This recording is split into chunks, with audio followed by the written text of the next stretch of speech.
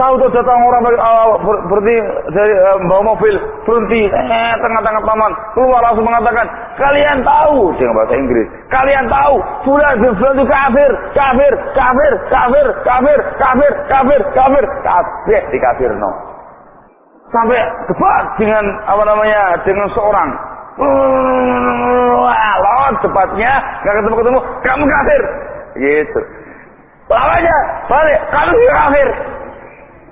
Hakada ya Pak. La haula wala quwata illa billah. Akhirnya apa ya Pak? Ya akhirnya orang kufar di sana melihat pemandangan seperti itu. Yang mau masuk Islam, Islam ada. Islam kemudian malah mengeluarkan pemeluknya dari agamanya sendiri. Sedikit kafir, sedikit kafir, sedikit kafir, sedikit kafir, sedikit kafir. Allahul musta'an, Allahul musta'an. Ada dakwah dengan hamasah semata, dengan semata semangat tanpa ilmu.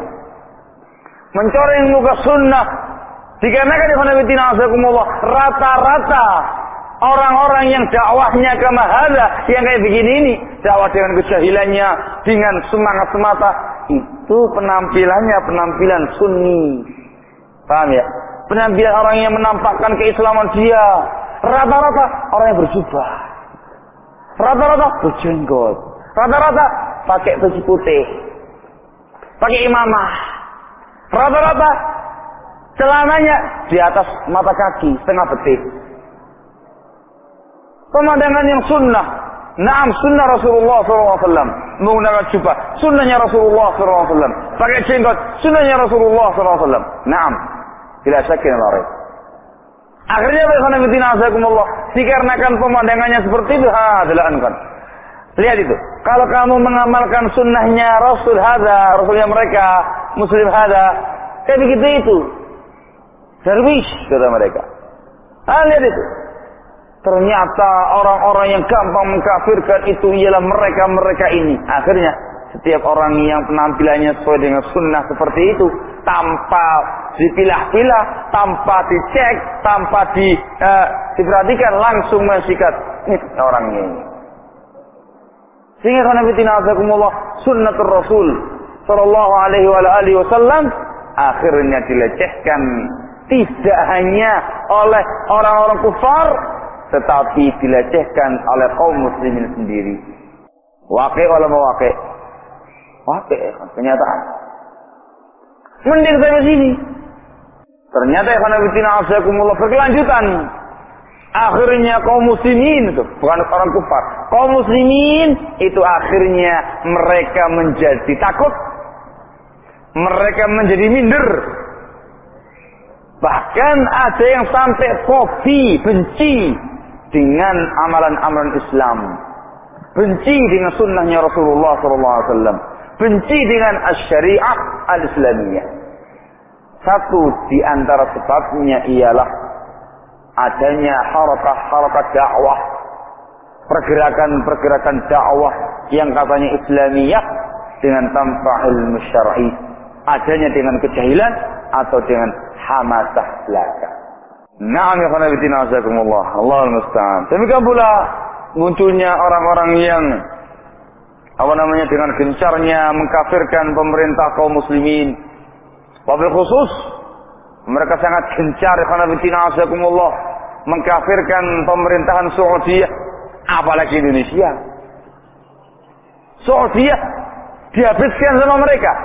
Dikatakan bukan sebagai daulah Islamiyah, bukan sebagai negara Islam, apalagi Indonesia. Menurut mereka ya hancur baur. Kamu tahu yang namanya mukhlas? Mukhlas ini karena betina azakumullah, nama samaran gengnya Imam Samudra. Gengnya Imam Samudra yang sekarang lagi mendekam di Nusa Kambangan, Cilacap sana. Ejit. Ya Mar. Iya, ngerti Umar itu Cilacap. Orang ini khanabitina azakumullah yang satu pemikiran dengan Samudra hadza, Samudra syubhat. Tamam? Dia menulis dalam sebuah makalah dia yang setebal 209 halaman. Dia menyatakan bahwasannya pemerintah Indonesia itu telah keluar dari Islam melalui dari sekian banyak pintu. Bayangkan.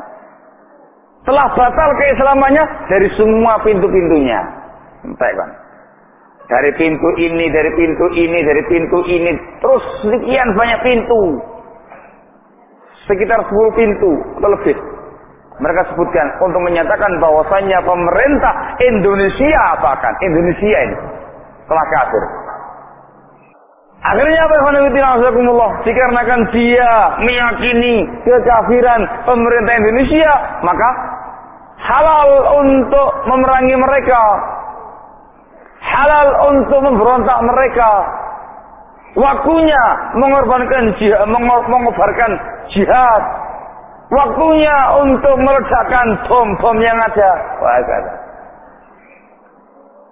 Ini hanya semata-mata hamasah, semangat-semangat belaka, dengan tanpa adanya ilmu syar'i.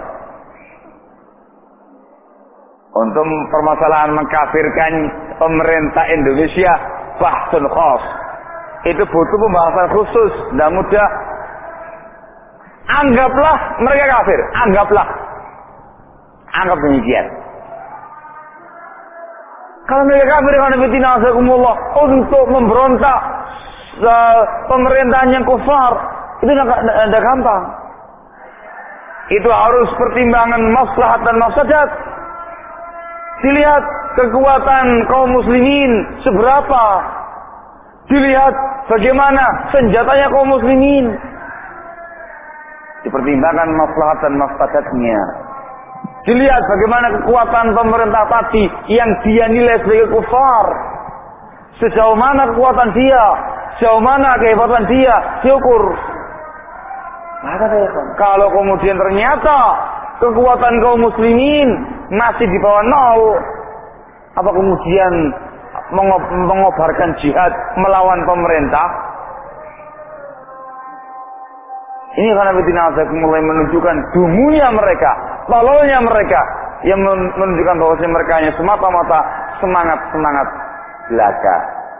Akibatnya, dengan tindakan-tindakan mereka ini karena sekali lagi, Islam tercoreng-moreng. Tidak hanya di mukanya orang kufar, tapi juga tercoreng-moreng di muka kaum muslimin sendiri.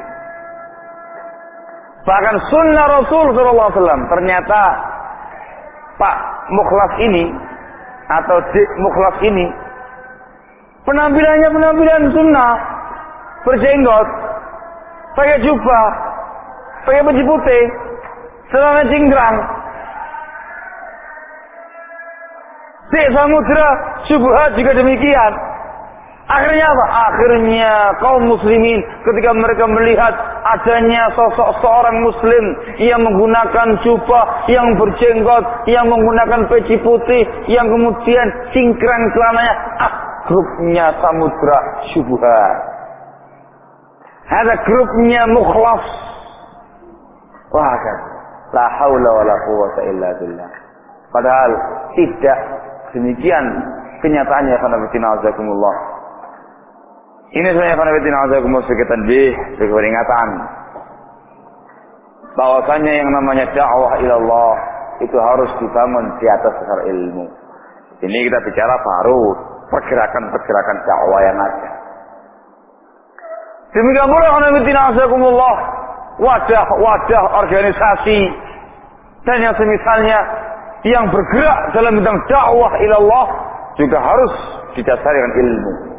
Kalau enggak, merusak. Bukan kemudian dakwah ilallah, dakwah kepada jalannya Allah Subhanahu wa taala, mengajak kaum muslimin kepada agama Allah Subhanahu wa taala. Dikarenakan bukan dengan dasar ilmu, akhirnya yang terjadi ialah dakwah ila hizbiyatih. Seruan kepada organisasinya, seruan kepada kelompoknya, seruan kepada golongannya. Itu yang terjadi. Akibatnya apa? Akibatnya kaum muslimin terkotak-kotak. Ayo. Terkotak-kotak, ada kotak ini, ada kotak, itu. La haula wala quwwata illa billah. Sehingga kaum muslimin pun akhirnya melemah kekuatannya.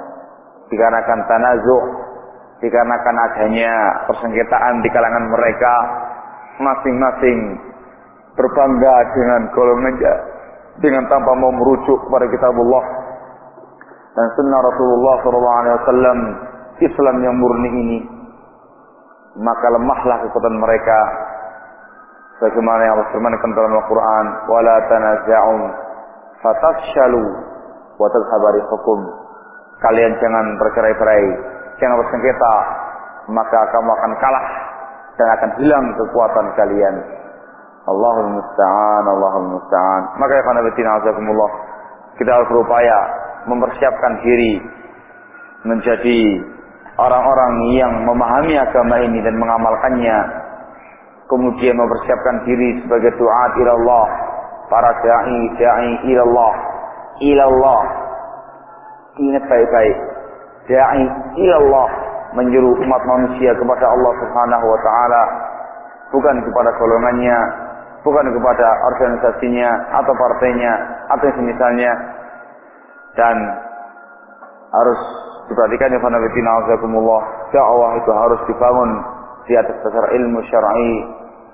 Tamam, qul hadhihi sabili ad'u ila Allah ala basiratin ana wa man ittaba'ani. Katakan wahai Nabi sallallahu alaihi wasallam, inilah jalanku. Inilah jalanku. Aku menyuruh kepada Allah Subhanahu wa taala ala basirah, di atas dasar ilmu saya dan orang-orang yang mengikuti saya, kata Rasulullah sallallahu alaihi wasallam. Hakata ya.